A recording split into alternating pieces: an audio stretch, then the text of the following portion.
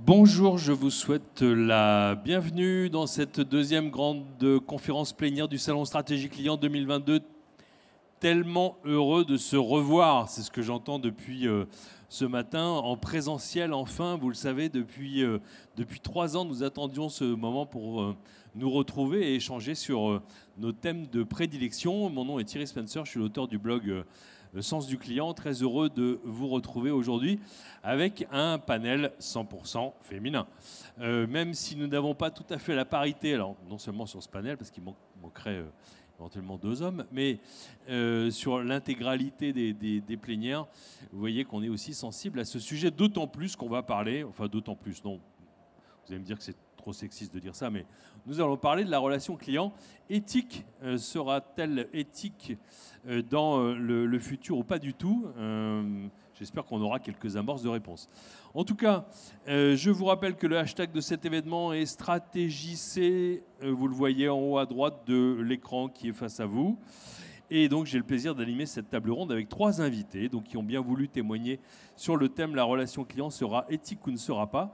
Et comme vous pouvez le voir sur l'écran derrière moi et à mes côtés aujourd'hui, Christine Maté-Catala, qui est directrice générale adjointe, directrice de relations sociétaires Maïf. Anne-Stéphanie Pierry, directrice communication RSE et expérience client de Butagaz, et Marion Goualave, qui est cofondatrice d'Elia. On peut commencer par les applaudir. Les applaudissements, c'est quelque chose qui nous manquait aussi, et j'adore cet encouragement.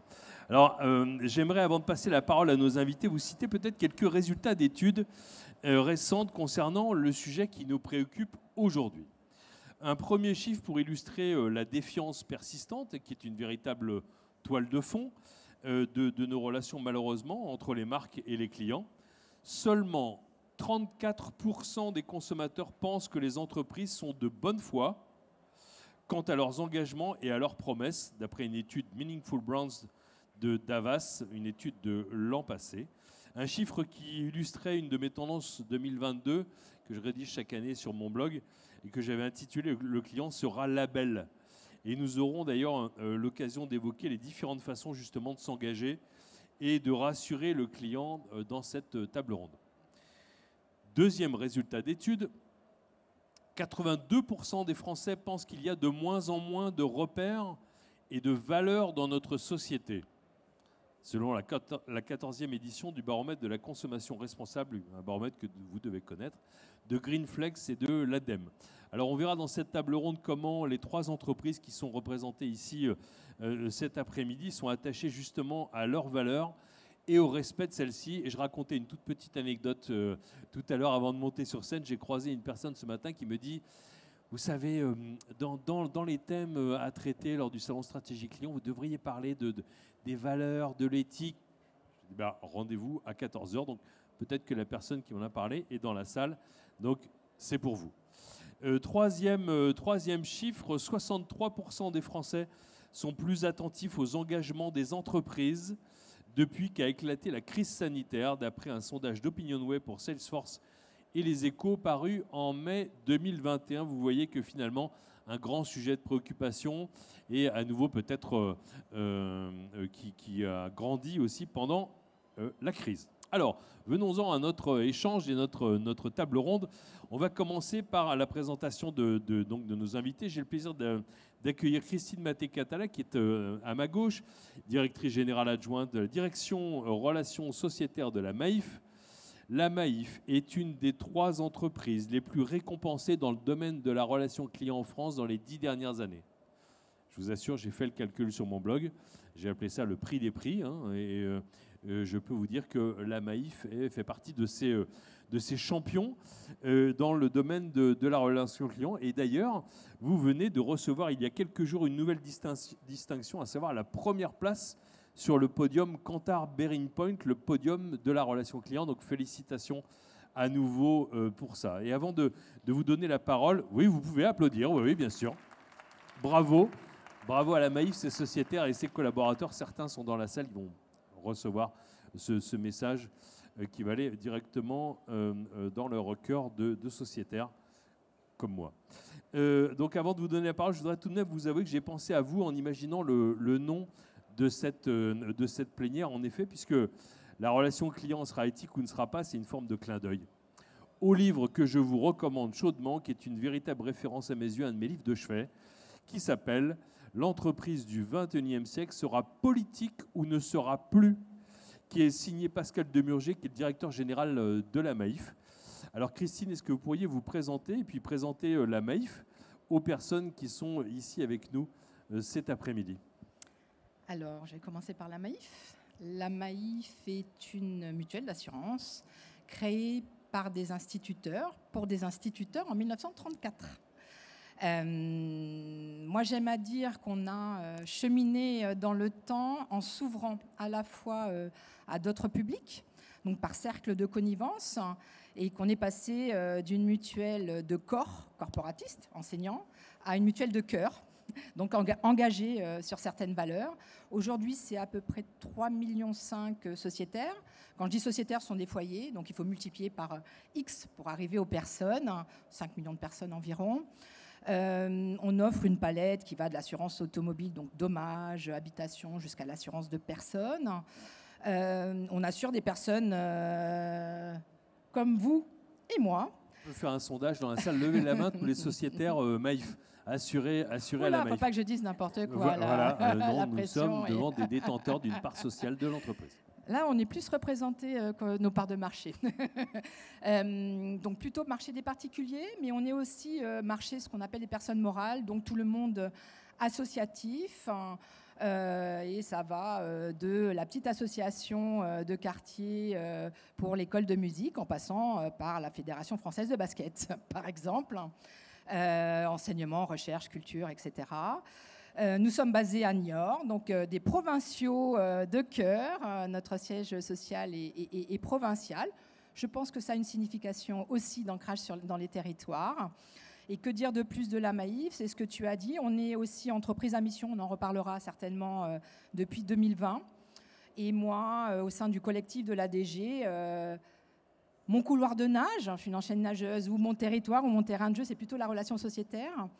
Et sinon, en tant que DGA, la stratégie, mais la globale. Relation sociétaire, la Maïf, c'est quoi? Alors, j'essaye toujours, les équipes le savent, j'essaye de prendre soin des équipes qui prennent soin des sociétaires. C'est pas si facile que ça.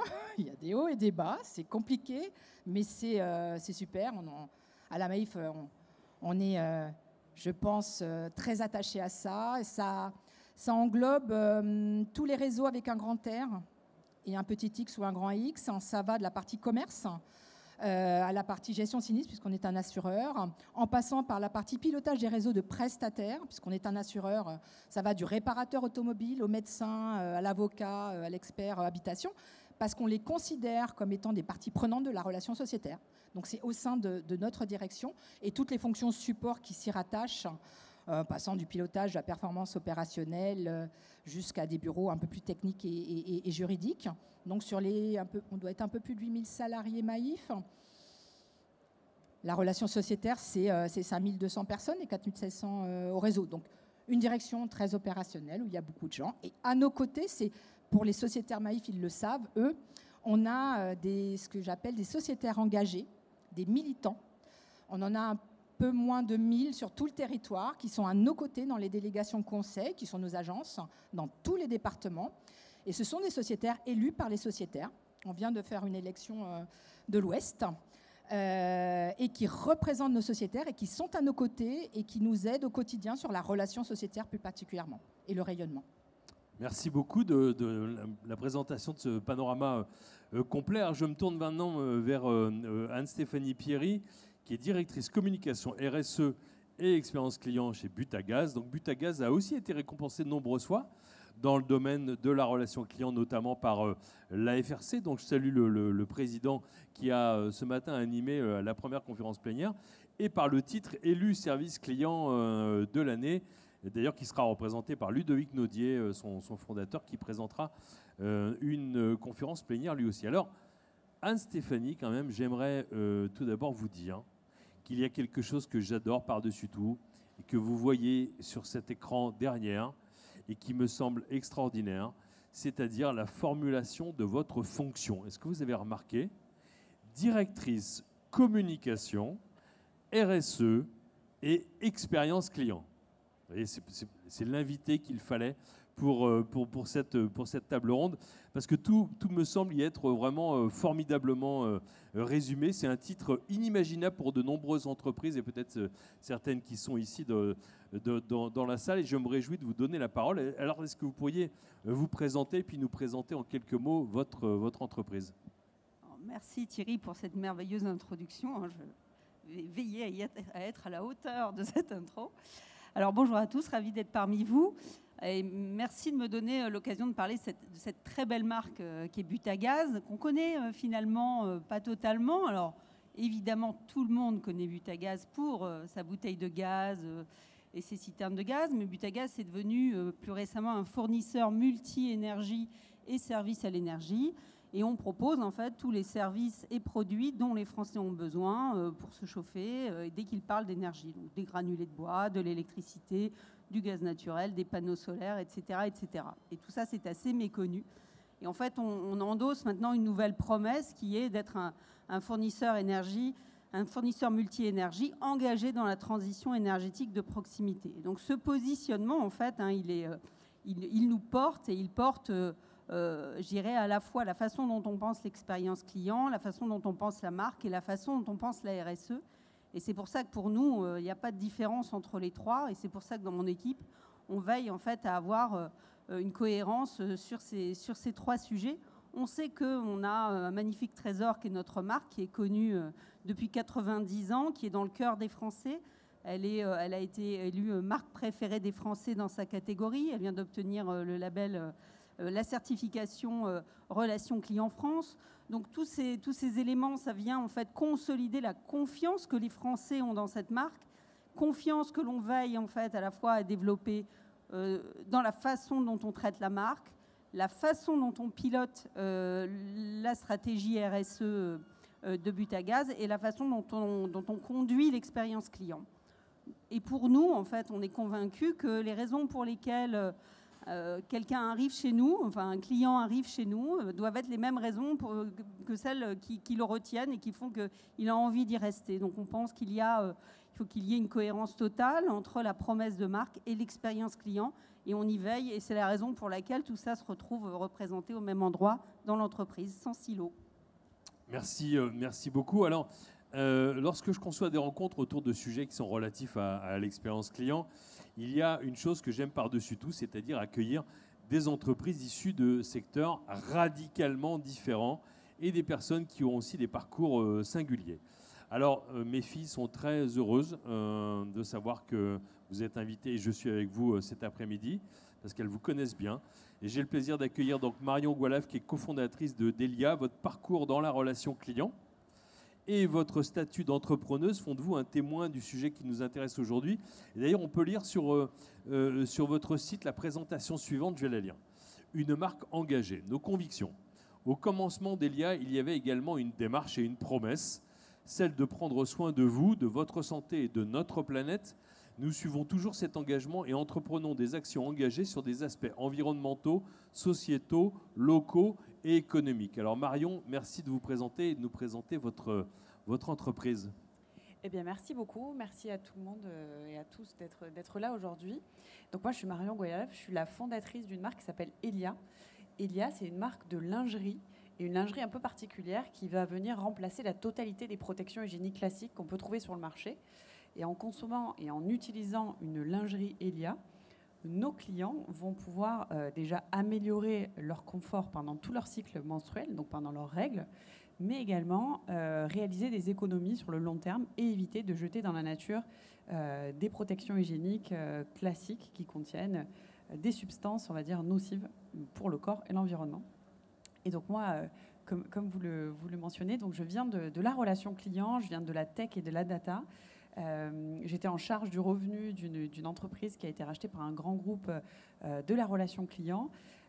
Je me déplaçais énormément de fois par semaine, une quinzaine de fois par semaine pour aller voir mes clients. Donc voilà, donc on se retrouve aujourd'hui avec la Maïf, mais voilà, donc je me déplaçais très souvent. Et en fait, j'étais gênée par mon histoire personnelle, par une maladie qui s'appelle l'endométriose. Je ne sais pas si dans la salle, il y a des gens qui connaissent l'endométriose et qui sont touchés. Si vous pouvez lever la main, juste pour essayer de... Voilà, ok. Donc l'endométriose, c'est une maladie qui touche une femme sur 10 en moyenne. On met 7 ans pour la diagnostiquer et ça va impacter très fortement les cycles menstruels. Donc on va avoir des règles très anarchiques, très abondantes, très douloureuses. Et on va avoir des douleurs aussi, enfin les femmes qui souffrent d'endométriose peuvent avoir aussi des douleurs en dehors de leur cycle menstruel. Et il va y avoir un impact sur la fertilité. Donc aujourd'hui, je ne suis pas vraiment l'exemple de cet impact-là, mais ça fait partie de mon parcours. Et en fait, le lancement d'Elia, c'est aussi une prise de conscience qu'aujourd'hui, sur le marché, on n'avait pas de protection hygiénique qui soit adaptée à tous les jours du cycle, qui puisse être renouvelable, qui puisse être saine et qui puisse apporter un confort particulier et un confort tout court en fait, pendant ces règles. Et au-delà de ça, quand on a de l'endométriose, on rentre parfois à 40% dans un parcours de PMA, ce qui était mon cas à l'époque. Et en faisant un bilan de fertilité, on s'est rendu compte que j'avais un taux de perturbateurs endocriniens dans le sang qui était monstrueux et qui était lié à l'utilisation des protections hygiéniques classiques sur le marché. Voilà, je vous ai fait un petit peu ce constat-là et j'ai décidé en 2018 de changer complètement de vie et de trouver une solution qui puisse améliorer mon quotidien. Alors au début, c'était très très personnel, hein, et donc je me suis lancée dans la fabrication et la conception de cette culotte qui renferme un pouvoir magique. Donc du coton bio, de la fibre d'eucalyptus, une zone imperméable. Et l'idée, c'était de proposer le produit le plus simple possible, le plus éthique possible et qui soit le plus engagé possible. Donc aujourd'hui, Elia, c'est une entreprise engagée sur la relocalisation. Donc on travaille avec 5 ateliers en France qui vont tricoter, découper, coudre et assembler et expédier la totalité de nos produits. C'est une entreprise qui est engagée auprès de la santé, puisque la totalité de nos produits sont co-développés avec des professionnels de santé. On a un panel de sages-femmes, de gynécologues avec qui on travaille au quotidien, mais aussi engagé avec le consommateur, puisqu'on va aller co-développer chaque produit avec nos consommateurs. Et enfin, engagé pour le climat, puisqu'on fait partie de la Convention des entreprises pour le climat, et on va œuvrer tous les jours à proposer des produits avec une empreinte carbone la plus basse possible. Et dernier point, et après j'arrête, on a lancé et co-lancé avec une association qui s'appelle Endomine, la première fondation de recherche de lutte contre l'endométriose. On a notamment fait partie des discussions autour du projet de la stratégie nationale qui a été lancée très récemment sur le sujet. Donc voilà. Merci beaucoup pour cette présentation. Je vous propose de poursuivre cette table ronde avec un thème, et j'aimerais vous entendre à propos justement des attentes et des aspirations des clients. Alors j'ai cité en introduction de cette table ronde un certain nombre de chiffres sur l'opinion des Français concernant l'éthique et les valeurs. Alors la relation éthique au sens de la relation, c'est-à-dire la relation qui intègre des critères moraux dans son fonctionnement, est vraiment une des préoccupations des clients comme de nombreuses entreprises. Alors j'aimerais connaître l'opinion justement de nos invités sur ces attentes, sur ces aspirations. Est-ce que vous voyez de nouvelles préoccupations? Est-ce que vous pensez que ce sujet est grandissant? Et quel effet a eu la crise que nous venons de traverser? Bref, quel est votre sentiment sur les attentes et les aspirations de vos clients ou sociétaires, en commençant par vous, Christine, si vous le voulez bien? Éthique, hein, c'est le... Nous, on est persuadés que les consommateurs, les sociétaires et nos sociétaires, et malheureusement la crise ukrainienne nous amène à ça, voteront et votent déjà aujourd'hui avec leur portefeuille. C'est évident. Depuis 2 ans, donc, on s'est inscrit dans Entreprises à mission. On a eu la crise sanitaire et j'en reparlerai. On n'a jamais eu, pour notre part, autant de nouveaux sociétaires. On n'a jamais eu autant de sociétaires qui ne sont pas partis. Et on a des taux d'attrition les plus bas de notre secteur. On n'a jamais eu un NPS qui a augmenté comme ce qu'on a pu constater ces 2 dernières années. Et en faisant référence au podium de la relation client, il y a un marqueur que moi j'aime beaucoup, c'est le marqueur de l'émotion. On a scoré sur le critère responsabilité. Ça, c'est pas innocent. Enfin, ça tombe pas du ciel. Moi, je pense et j'en suis persuadée que la crise sanitaire a rendu visible peut-être un alignement pour certaines marques entre leurs valeurs et leurs actes au quotidien. La crise, pour ce qui est de la Maïf, à notre petit niveau, vraiment, je pense, très concrètement, a montré que, oui, on pouvait avoir des beaux discours d'entreprise citoyenne, mais nous, par exemple, assureurs, quand il a fallu se confiner, moi, je m'occupe des réseaux, le réseau face à face fermé, 700 personnes. Ça ne nous est mais vraiment pas venu à l'idée de demander à la communauté de se mettre en chômage partiel. C'est ça aussi l'éthique. On a basculé tous, le 17 mars à 14h ou midi dans nos foyers. Forcément, tous nos sociétaires nous ont appelés. Je ne suis pas chez moi, je suis partie en Bretagne, mais là, j'ai le matériel de mon employeur. Comment il est assuré? Comment? Ça ne nous est pas venu à l'idée de dire « Ah ben non, là, il y aura un petit problème. » Ou là, non, on a dit « On assure. » On verra après, on change de paradigme. On est dans un autre monde, là. On assure. Alors peut-être que l'acte le plus fondateur que tout le monde a connu, enfin tout le monde, qui a été connu, c'est qu'on s'est aperçu, comme tout le monde, au bout de 15 jours, qu'il y aurait pu avoir de voitures qui allaient rouler et que donc nous, on n'aurait plus de sinistres à payer. Et ça ne nous est pas venu à l'idée de faire de l'enrichissement sur le dos des sociétaires. Et on s'est dit, mais il faut qu'on reverse l'argent qu'on a touché pour ces sinistres. 6 semaines d'arrêt, il n'y a pas de sinistre. Donc on a reversé les 100 millions qui correspondaient à ces sinistres. Donc ces petits actes, je crois, montrent aussi que oui, il y a des attentes. Et nous, on pense que nos sociétaires ont été très fiers de ça. On pense qu'on contribue un petit peu à faire avancer les choses. Et je crois sincèrement que c'est une tendance lourde, de fond. Et je dis, demain, aujourd'hui, les consommateurs voteront avec leur portefeuille. Et qu'on a tous intérêt à être réellement alignés entre nos valeurs, ce qu'on peut dire, mais surtout ce qu'on fait. Anne-Stéphanie, vous êtes d'accord avec ce point sur les aspirations des clients? Oui, absolument. Nous dans le monde de l'énergie, on a, vous le savez, un médiateur. Et c'est intéressant de regarder tous les ans le rapport du médiateur parce que c'est aussi un miroir de la société. Et lui, il fait état de tout ce qui lui remonte et des cas qu'il a traités dans le domaine de l'énergie. Et on s'est rendu compte l'année dernière qu'il a dû traiter 27 000 plaintes et que ces plaintes étaient en croissance de 20% par rapport à l'année précédente. Donc on se rend compte quand même que c'est une montée vertigineuse. Et elles disent quoi, ces plaintes? Elles disent que les consommateurs en ont assez d'avoir du démarchage abusif. Oui, on parle de tout le secteur, Ouais, le médiateur du secteur. Ah oui, tout le secteur. C'est pas non, ce ne sont pas nos clients, c'est le médiateur qui traite effectivement de la France entière et qui, en dernier recours, est saisi par des clients qui n'ont pas pu trouver de solution à leurs problèmes ou qui trouvent qu'ils ont été abusés. Et donc on est, nous, dans un secteur, celui de l'énergie, où effectivement on se rend compte qu'il y a eu énormément d'abus. Et je dirais que s'il y a un élément à retenir, c'est que les consommateurs sont en attente de beaucoup plus, de pratiques commerciales plus douces, plus respectueuses et d'éthique des affaires, en fait, dans la manière de pratiquer notre métier d'énergéticien, plus de respect du consommateur. C'est assez simple, finalement, de dire ça, mais je crois que c'est important, quand on parle d'éthique, de se dire que c'est, au fond, souvent du bon sens. Et donc, les consommateurs français sont en attente de bon sens. Voilà, donc ça, c'est la première tendance qu'on a pu, nous, noter en matière d'éthique. Et puis, deuxième tendance, j'en citerai juste deux, c'est celle de l'importance accordée à la proximité. Au fond, le fait d'avoir un service client en France, le fait de comprendre qu'on peut avoir affaire à une entreprise de proximité, c'est également de plus en plus important, en particulier dans un secteur comme l'énergie qui est dans l'intangible. Et bien savoir qu'on a un service client qui est à Amiens, à Toulouse, à Quimper, à Corté, c'est important pour nos clients. On le mesure dans nos études d'image. On interroge les Français sur les critères qui sont importants pour eux en matière de service client.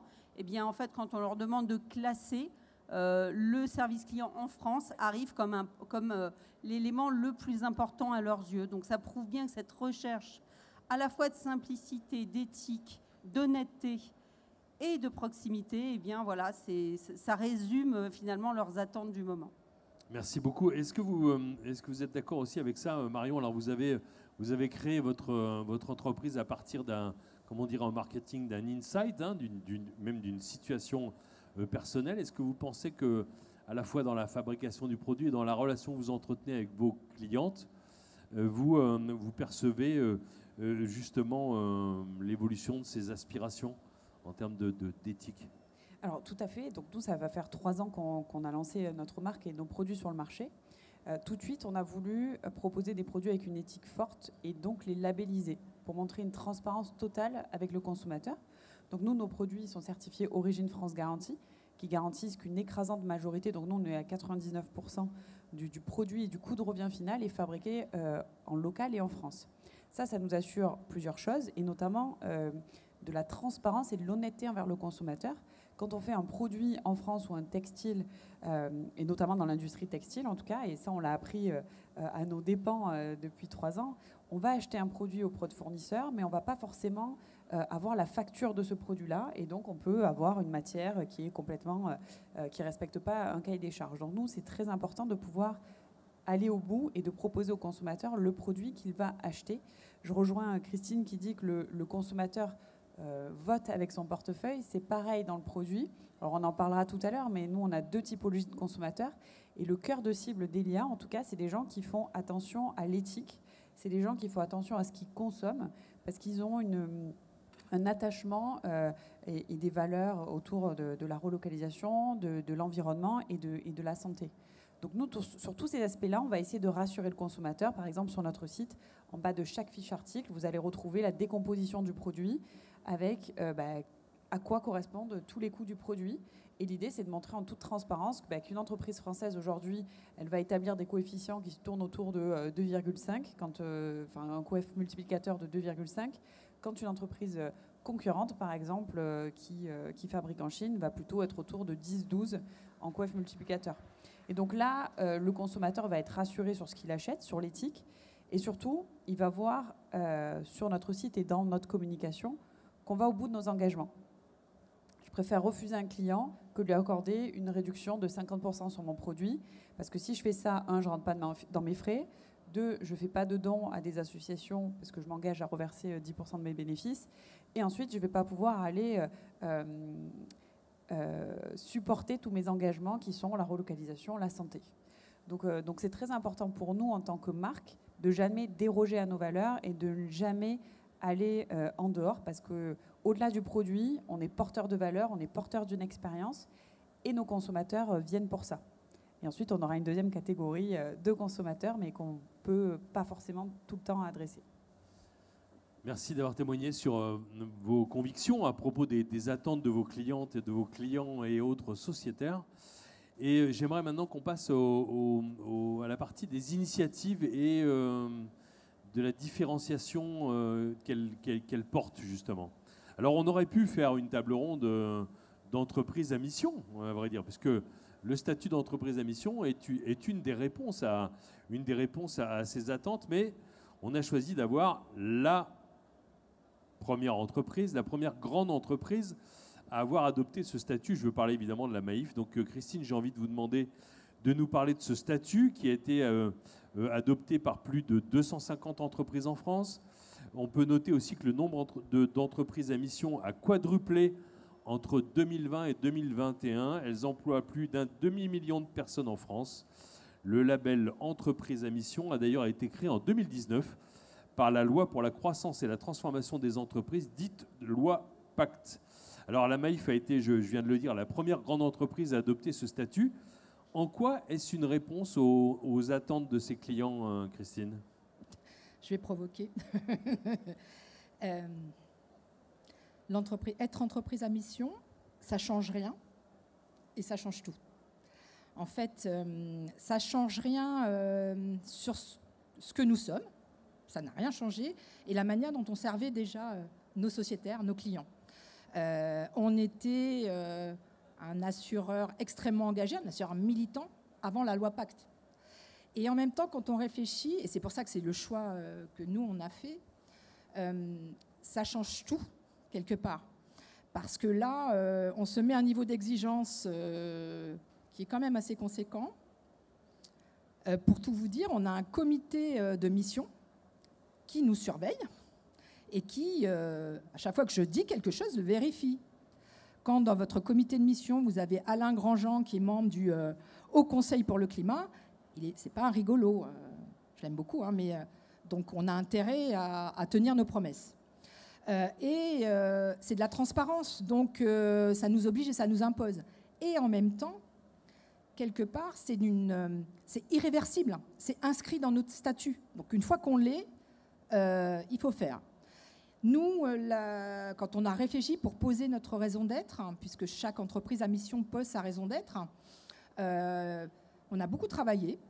Et en même temps, c'était une évidence. On a inscrit dans notre raison d'être ce que nous sommes et ce que nous avons toujours été. Et donc, au cœur de notre raison d'être, on a placé ce qu'on appelle l'attention sincère.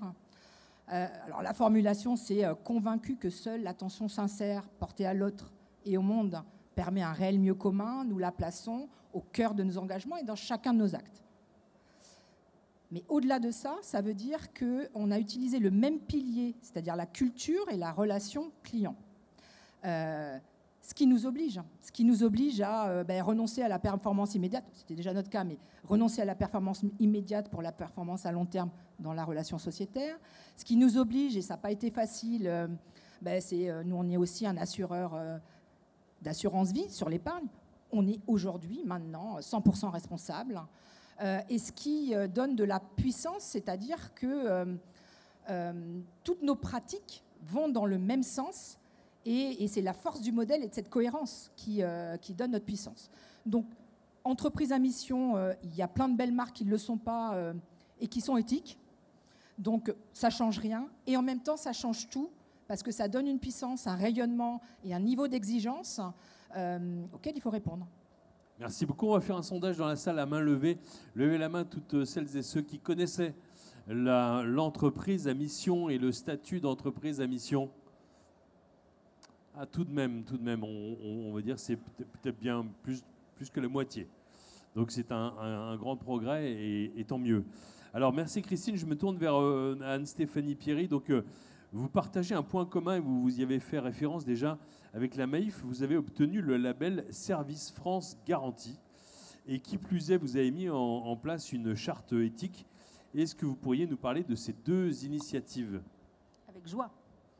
Face aux dérives du secteur dont je vous parlais tout à l'heure et puis la nécessité de remettre de l'éthique dans la relation, il nous a semblé important de clarifier notre position et d'énoncer de manière très synthétique en fait nos partis pris éthiques dans une charte en 7 points qui vise à expliquer à nos clients, à nos parties prenantes qu'on entend pratiquer notre métier avec éthique et responsabilité.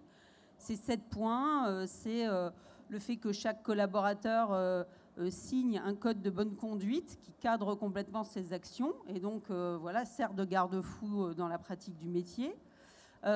C'est le fait d'interdire tout démarchage, qu'il soit physique ou téléphonique, ce qui est un cas assez rare dans le monde de l'énergie. C'est choisir des partenaires, des fournisseurs en France, tant que faire se peut. Et c'est également, 4e point, choisir des relations à long terme pour bâtir de vrais partenariats. C'est veiller à la sécurité des collaborateurs et des clients, de l'élever comme une valeur forte de l'entreprise. C'est être à l'écoute de ses clients, ça fait partie de notre charte éthique. Et puis, c'est agir dans le respect de l'environnement. C'est les 7 points qu'on a voulu mettre en avant pour exprimer qu'en tant qu'énergéticien, on décide d'exposer ces principes et de les rendre visibles. Et ça, ça offre un cadre dans la relation avec les clients, dans la relation avec les fournisseurs et dans la relation avec les collaborateurs. Ça, c'est une première preuve de notre démarche. Puis effectivement, la certification relation client France Garantie, c'est extrêmement important pour nous. C'est une grande fierté pour nous et pour les collaborateurs parce que c'est un choix de l'entreprise. Depuis 90 ans, Butagaz se développe sur le territoire français et a fait le choix de maintenir ces équipes de relations clients en France. Et 100% de nos équipes de relations clients sont en France. Et ça, c'est un vrai parti pris de l'entreprise. La proximité fait partie des valeurs de l'entreprise.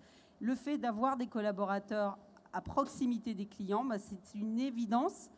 Mais c'était bien de pouvoir l'authentifier dans une certification très sérieuse conduite par l'AFNOR pour démontrer que voilà, ça a été étudié en long, en large et en travers, et on peut certifier qu'effectivement 100% des équipes sont en France.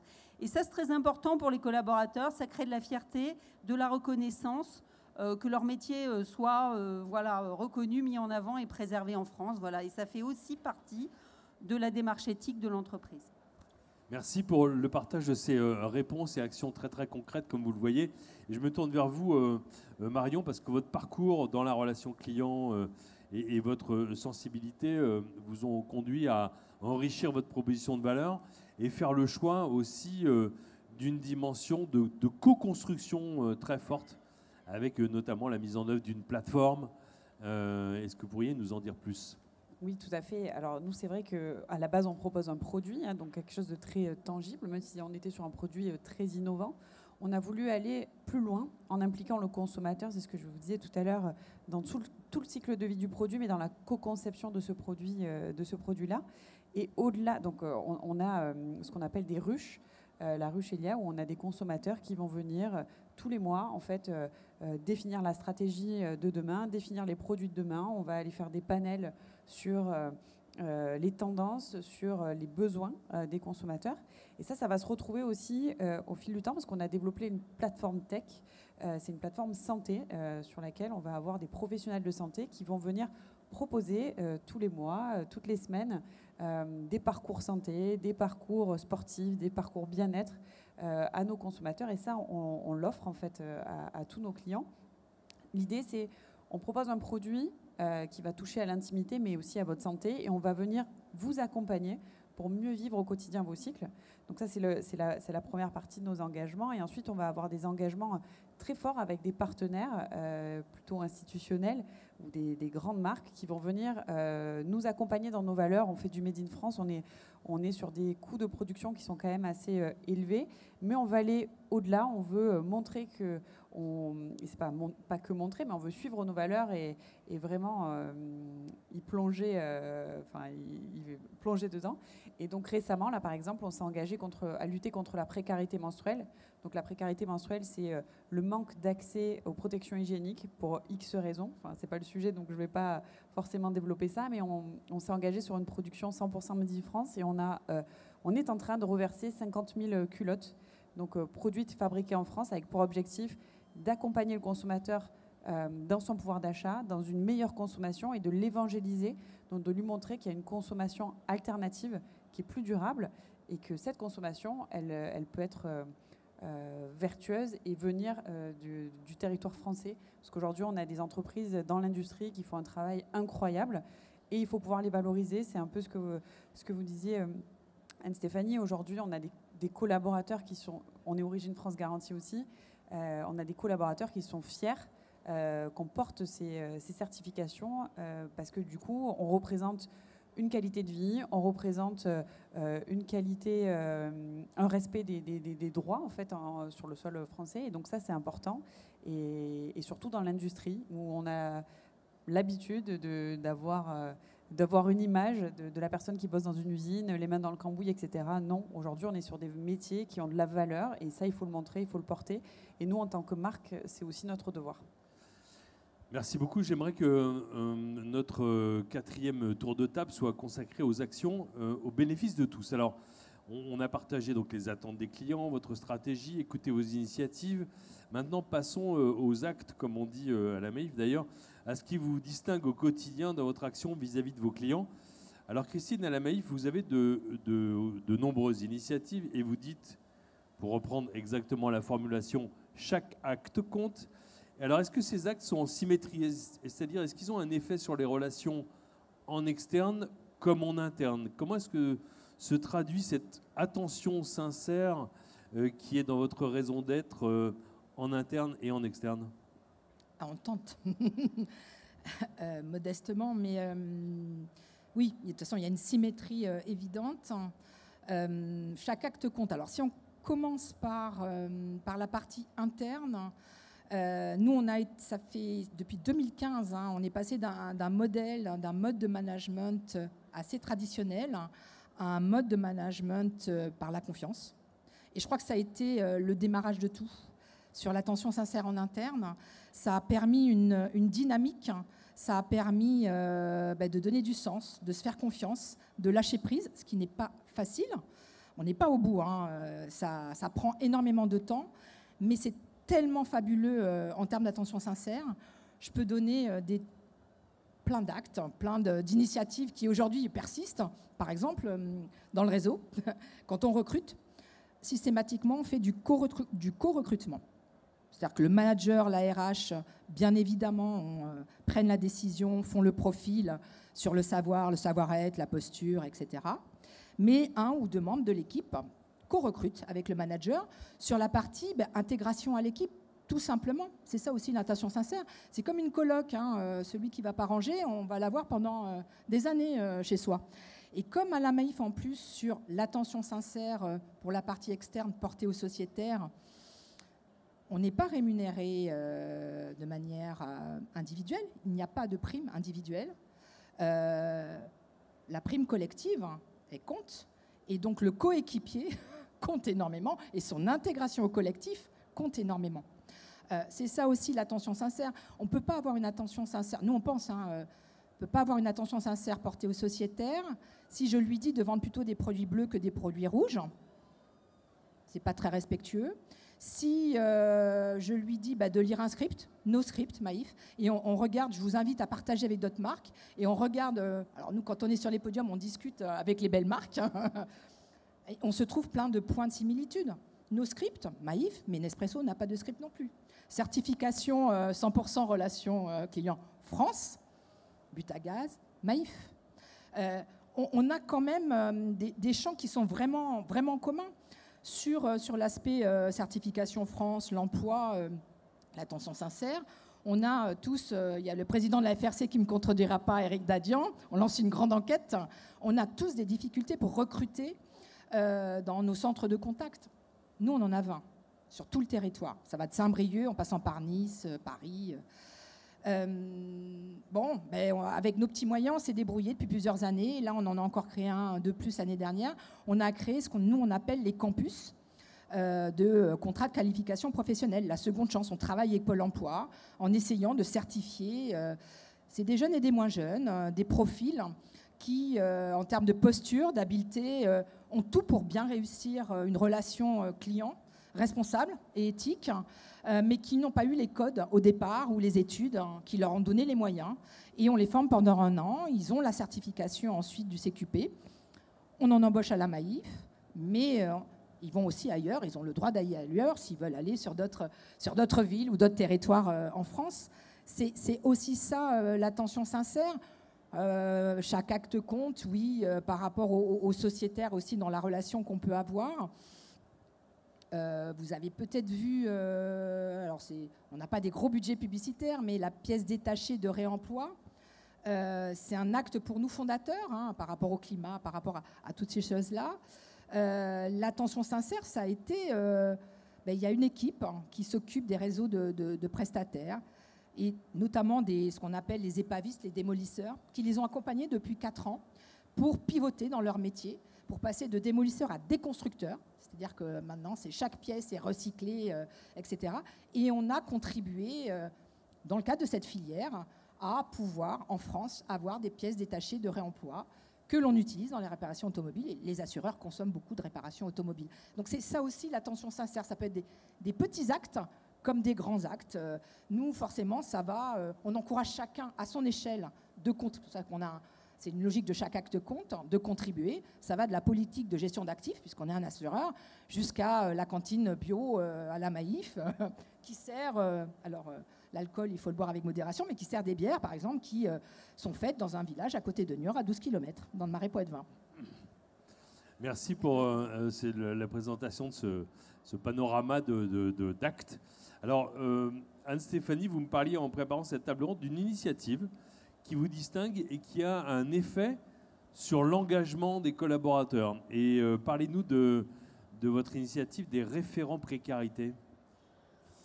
Oui, alors c'est une belle aventure parce que c'est vraiment la transformation d'une contrainte en opportunité ou d'un tabou en fierté. En fait, on a vraiment réussi à twister ce sujet.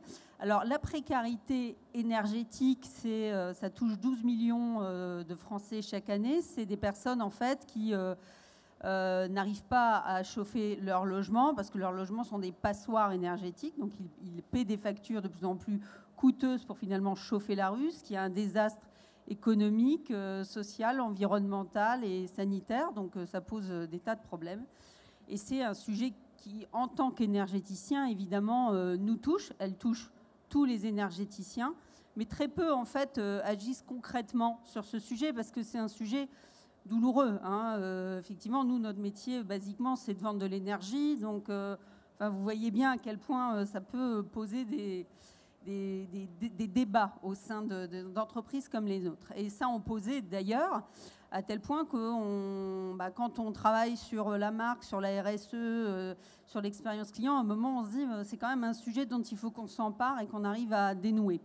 Donc, on est allé voir les conseillers clientèle pour discuter avec eux de ce sujet. On s'est rendu compte que c'était un sujet douloureux pour eux parce que c'est difficile quand on a un client qui est dans une situation comme celle-là. C'est difficile, en fait, de ne pas être armé.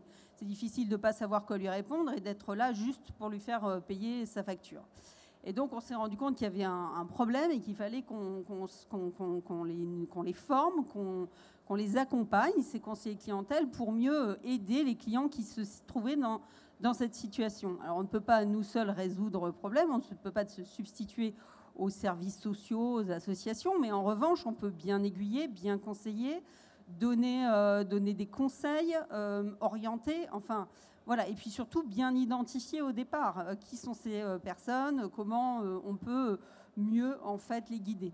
Et donc on a effectivement monté un programme de formation. On a identifié des référents précarité énergétique qui eux-mêmes ont pour vocation de former l'ensemble des collaborateurs qui sont au contact de clients, former à mieux identifier, à mieux accompagner les clients qui se trouvent en situation de précarité énergétique. Et en fait, du coup, on n'a pas résolu évidemment à nous seuls ce vaste problème français, mais on apporte notre pierre à l'édifice et en fait, ça rend les collaborateurs extrêmement fiers parce qu'ils se rendent compte que voilà, ils ont au moins pu aider ces clients. Et ça, c'est très très important. Et quand on parlait en introduction de liens entre l'expérience client, l'éthique, la RSE, la marque, simplement, ce qui est intéressant aussi, c'est de voir que par ailleurs, l'entreprise travaille sur les sujets de précarité énergétique dans le cadre, par exemple, de sa fondation. Donc, on aide un village français à sortir un certain nombre de logements de la précarité énergétique. Donc, les collaborateurs voient que, voilà, ils ont cette action auprès des clients. Ils voient aussi que le programme RSE de l'entreprise est aussi tourné vers ce projet de lutte contre la précarité énergétique. Et donc, ils se rendent compte aussi que ça nourrit, en fait, l'image d'une marque de proximité qui cherche à être en connivence avec ses clients et cherche à les accompagner au quotidien dans leur transition énergétique, quelle que soit leur situation. Voilà, donc je trouvais que c'était une expérience intéressante qui vient éclairer le fait qu'on peut apporter de l'éthique dans cette expérience client et qu'en l'apportant, on crée aussi beaucoup de fierté chez les collaborateurs qui ont pour mission de la faire vivre au quotidien. Merci beaucoup. Alors, je vois qu'il nous reste 9 petites minutes. Marion, votre entreprise, elle est pionnière. Alors, vous dites que vos valeurs fortes drivent une partie de vos décisions. Comment est-ce que ces décisions, ces actes témoignent justement du respect de vos valeurs ? Alors, nos valeurs drivent toutes nos décisions. Donc ça, c'est un point qui est majeur et c'est pas tous les jours facile. Je reprends un peu vos propos. Et donc, ça va être effectivement dans la production, ça va être dans les actions qu'on va mener, ça va être dans la communication et ça va être aussi sur la partie RH. Donc ça, c'est hyper important de pouvoir recruter des personnes qui embrassent totalement nos valeurs puisqu'elles vont le retranscrire au quotidien. C'est ce que vous disiez un petit peu toutes les deux aussi. Et ça va être des gens qui vont être extrêmement engagés auprès de l'entreprise, mais aussi avoir un engagement personnel sur des aspects qui touchent les valeurs de l'entreprise. Si je peux donner un exemple, et ça va se retranscrire aussi chez le consommateur. Un consommateur qui consomme des culottes menstruelles Elia, aujourd'hui, c'est ce qu'il achète parce qu'on est sur une transparence totale et il va participer à la mise en place de nos valeurs. Là, par exemple, on vient de sortir alors nous, pour le coup, là, on est engagé sur la crise ukrainienne à 100%. Donc, on a recruté au sein de nos ateliers 2 réfugiés ukrainiennes pour les aider en réinsertion. Et on est en train de continuer les recrutements. On a fait des dons à hauteur de ce qu'on pouvait faire. Et là, on est en train d'engager le consommateur et d'engager nos partenaires, les entreprises qui nous suivent et qui nous achètent des produits vers ces démarches-là. Donc, on n'est pas, quand on a des valeurs, en tout cas aussi fortes que les nôtres, on n'est pas drivé par la rentabilité court terme, on est drivé plutôt par une prise de position, une prise de conscience qu'on est obligé aujourd'hui d'avoir un impact sur tout ce qu'on fait. Parce que je suis persuadée, en tout cas à titre personnel, qu'une entreprise n'est durable que si elle respecte les valeurs qu'elle s'impose et le client et le consommateur en est pleinement conscience aujourd'hui. Ça, j'en suis persuadée. Ensuite, on a le deuxième type de consommateur, lui qui va être drivé par le budget. Et aujourd'hui, malheureusement, nous, petites entreprises françaises avec des valeurs aussi fortes, on n'est pas capable d'aller concurrencer des entreprises du secteur qui vont arriver avec des messages forts en greenwashing, en frenchwashing sur notre typologie de produits. Je ne sais pas si je réponds totalement à votre question. En tout cas, je vais me faire l'écho des personnes qui sont dans la salle et je vous remercie puisque vous aviez la possibilité de vous exprimer et de poser vos questions. Vous avez beaucoup de félicitations et d'encouragement à toutes les trois. À vous aussi, Marion, en disant ici, je vois un utilisateur dit « Le travail doit être énorme, félicitations, entrer dans ses frais, avoir un ROI qui reste positif avec tout ce que vous avez mis en place ». Donc il y a aussi de l'admiration pour l'entrepreneuse que vous êtes. Alors je vais vous laisser la parole, il nous reste quelques toutes petites minutes, et puis on va faire dans l'autre sens la table ronde. Vous nous disiez, Marion, que dans le futur, et j'aimerais conclure avec les enjeux justement de l'avenir ici de nos convictions partagées, vous voyez 2 écoles, 2 grandes aspirations des clients qu'il faudra adresser. Vous dites d'un côté les clients qui s'impliquent, qui sont conscients des enjeux, et de l'autre tous ceux qui sont attentifs à leur budget et pour qui le pouvoir d'achat est capital en l'occurrence. Exactement, et je pense qu'il y a une responsabilité de la part de chaque entreprise. Donc là, toutes les trois, on représente aussi nos entreprises et les missions qu'on se porte, mais il y a une responsabilité de la part des entreprises de ne pas tromper le consommateur. Et donc à partir du moment où on n'est pas tous alignés sur ces valeurs-là, il y a des disparités. Et ces disparités, elles se retrouvent dans la consommation. Donc nous, chez Elia, en tout cas, on va driver tout notre business autour de nos valeurs. Et puis on va être soumis à la concurrence qui réutilise quelques messages qu'on va porter pour se les approprier.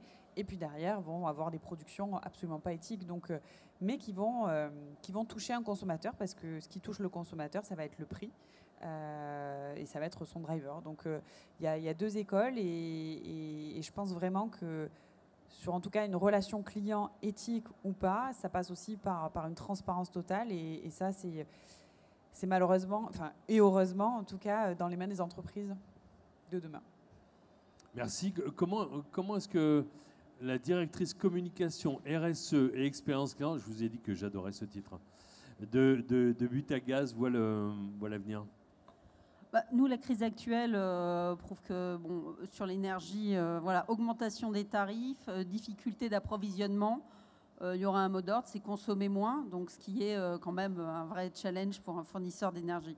Notre boulot, ça va être d'aider nos clients à consommer moins. Voilà, et c'est ça notre mission pour l'avenir. Et c'est vraiment, enfin pour le coup, l'éthique va être au cœur du sujet.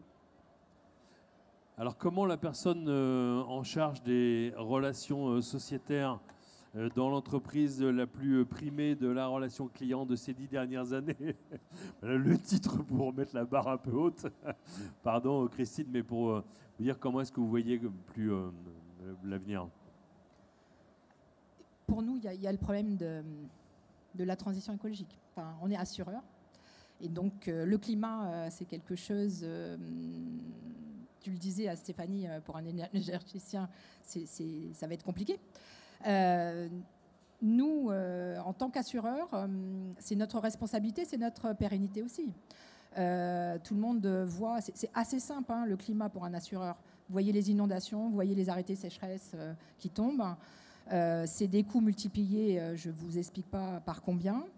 Donc un assureur, sa puissance de frappe, ce sont ses placements financiers. Ça veut dire que forcément, stratégie climat, forcément, depuis quelques années, parce que ça ne s'improvise pas, on est dans une transition, une transition climat inclusive. Donc, on est vraiment dans ce schéma-là. L'autre schéma, c'est l'accompagnement des sociétaires. C'est pour notre métier, connaître, prévenir et agir. Connaître, c'est donner les moyens à nos sociétaires de comprendre leurs risques, d'y faire face sur la problématique du climat, notamment. Prévenir, c'est tous les actes de prévention qui sont à notre disposition, de la pédagogie jusqu'au bien matériel.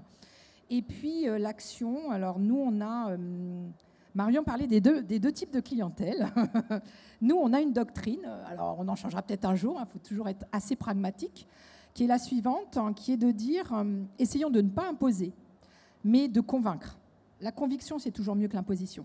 Donc nous, très simplement et modestement dans nos contrats, à chaque fois que l'on peut aller vers de la réparation, on favorise la réparation par rapport au changement à neuf. On a les Parisiens un peu moins que les provinciaux des voitures. Un bris de pare-brise, dans 90% des cas, on peut le réparer. Il n'y a pas besoin de le changer. Donc par exemple, à la Maïf, vous avez une franchise si vous changez votre pare-brise. Vous n'avez pas de franchise si vous réparez. C'est tout bête, c'est tout simple, hein, mais c'est aussi ça, chaque acte compte. Et on pense pouvoir contribuer un petit peu à un réel mieux commun. Merci beaucoup pour tous vos témoignages. Il nous reste juste le temps de répondre à cette question qu'il voulait être assez longue. Aujourd'hui, les enjeux des centres de services clients ont évolué. Les équipes sont tiraillées entre réduire les coûts de production et d'exploitation, offrir une expérience client toujours plus performante sur les modèles de digital native companies comme Amazon. Comment servir de manière efficace et éthique ce double enjeu? Est-ce que le digital peut-il vous aider à y parvenir dans vos secteurs, notamment dans l'assurance? Mais je sais aussi, Anne-Stéphanie, que vous aussi, dans nos échanges, on se demandait est-ce qu'on peut rester éthique avec un robot? Voilà, digital et éthique. Est-ce que vous voulez bien peut-être répondre à cette question en conclusion? Oui, alors j'y répondrai partiellement. Je t'invite à compléter, mais je dirais que oui. En fait, ce qu'il faut, c'est garder le meilleur des deux mondes. Évidemment, se dire que le digital doit nous permettre de fluidifier, de simplifier, d'automatiser là où ça peut être. Et puis voilà, garder l'humain comme point de référence et comme point de valeur ajoutée. Concentrons l'humain sur ce qui fait de la valeur ajoutée, ce qui fait du lien. Utilisons le digital pour simplifier, automatiser. Voilà, je dirais ça modestement pour répondre à cette vaste question. Christine, est-ce que tu veux compléter, ou Marion, est-ce que vous voulez rebondir là-dessus en conclusion? Alors, je ne vais pas avoir votre expérience sur le sujet, mais effectivement, je pense que le digital peut permettre de répandre finalement l'humain. Et il y a plein de façons de remettre l'humain dans le digital au niveau des avis clients, des communautés de consommateurs, des outils. En fait, le consommateur veut participer et donc il faut pouvoir lui permettre de le faire. Et l'outil digital, lui, permet de diffuser l'information au plus grand nombre et donc potentiellement et sûrement d'avoir un impact sur les coûts et notamment les coûts d'exploitation. Donc la réponse est un peu dans la question aussi, quoi. Merci à toutes les trois pour ce témoignage. C'est le moment d'applaudir nos invités. Merci à vous tous d'être venus cet après-midi pour tenter de répondre à cette question sur la relation éthique. Donc je vous invite à poursuivre votre séjour et votre visite dans ce salon stratégie client et e-marketing. Nos salutations au président de la FRC qui est parmi nous cet après-midi. Donc à très bientôt. Merci.